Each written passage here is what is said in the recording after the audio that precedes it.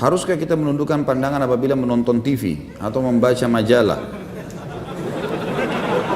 Kalau ana naik motor, ana menundukkan pandangan, ana takut nabrak Ustaz.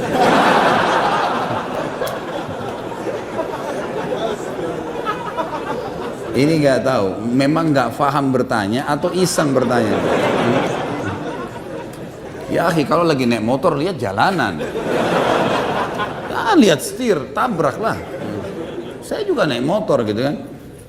Artinya menurunkan pandangan dari yang dilarang, kan gitu. Menurunkan pandangan, lihat lawan jenis, itu dinurunkan pandangan.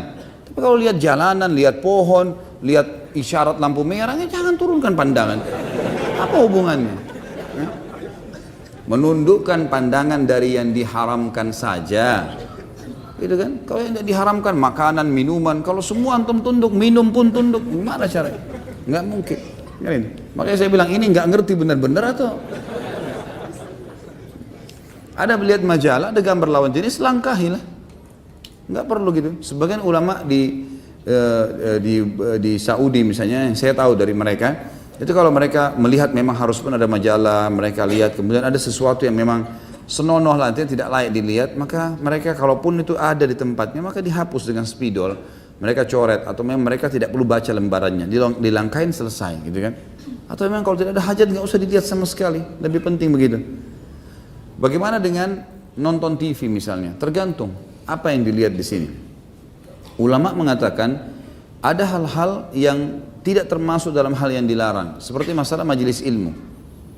Karena orang kalau ceramah dilihat, orang mau tahu orangnya, maksudnya dia ngomong apa, orang tahu.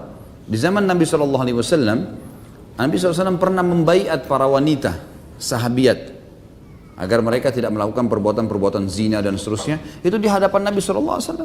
Mereka duduk. Terjadi pada pembebasan kota Mekah, terjadi pada beberapa titik lah ya, beberapa kejadian. Maka Nabi SAW isi pengajian dan memang dilihat itu sesuatu yang terjadi gitu, umum. Di kancah peperangan, Nabi SAW seringkali membawa tidak pernah kurang dari 20-30 orang sahabiat di setiap peperangan. Dan ada satu orang wanita namanya kalau tidak salah Rufaidah. Rufaidah ini salah satu perawat dikenal sekali di Madinah. Jadi kalau ada laki-laki pun sakit dirawat oleh perempuan ini. Jadi mereka mengobati luka-luka para mujahidin. Nah ini keadaan-keadaan diistithnakan namanya, dikecualikan. Karena memang Nabi SAW membolehkan itu.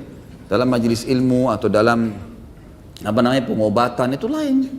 Sekarang ada perempuan mau melahirkan, tidak ada dokter kecuali laki-laki.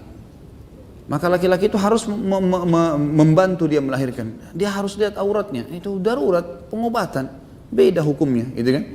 Beda, ini beda. Kalau ada perempuan, alhamdulillah lebih baik. Tapi kalau nggak ada, gimana caranya? Ini sudah fatwa umumnya ulama, gitu kan? Jadi memang ada keadaan-keadaan tertentu tidak. Yang tidak boleh khalwat berdua, itu lain. Sekarang ada ustadz duduk berdua sama satu orang jamaahnya perempuan. Konsultasi nggak boleh. Kalau bukan tempat umum boleh. Kalau berdua nggak boleh. Kalau umum misalnya terus ada orang bertanya begini, itu lain. Hukumnya masih umum. Tapi kalau khalwat berdua haram, nggak boleh, jelas. Jadi ini ada pengecualian seperti itu. Sama halnya kalau di TV orang lagi ceramah kita tonton, yaitu nonton ceramah, gitu kan? Itu adalah insya Allah baik dan juga dijaga. Kalau kita merasa memang melihat itu adalah bisa merusak hati kita, jangan dilihat. Gitu. Dengar cukup dengar, gitu kan? Itu sudah cukup.